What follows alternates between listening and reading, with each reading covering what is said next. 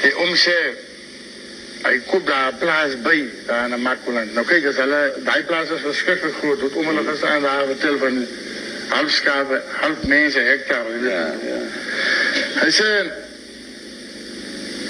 nou stap hy die nuwe plaas wat hy gekoop het deur. Want hy het so baie tyd.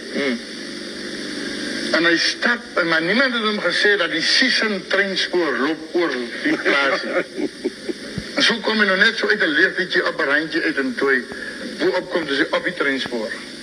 Nou kan ek nou maar opstaan.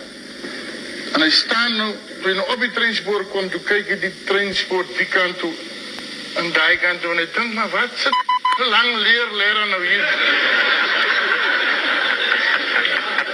En die tyd, toe kom haar 'n trein daar uit die verte uit aan.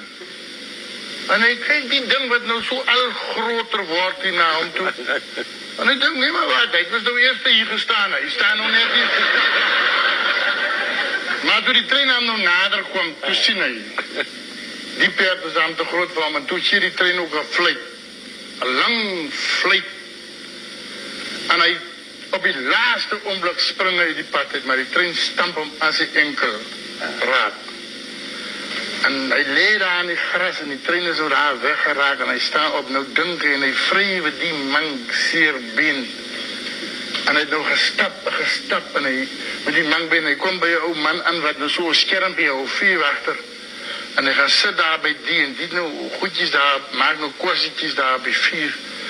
En hy vrywe die been en onder andere die ou nou 'n keteltjie met water ook, want hy wil nou koffie maak. En terwyl hy nou so sit toe, kook die water en die keteltjie vlieg nou hier deur sy tyd. En die ou vlieg op en die ou trap die ketel daar. En die ou man sê, wat maak jy nou man? Hy sê, jong, vir hulle moet jy solang hulle klein is. Ek wil nog praat van hy wêreldse mense.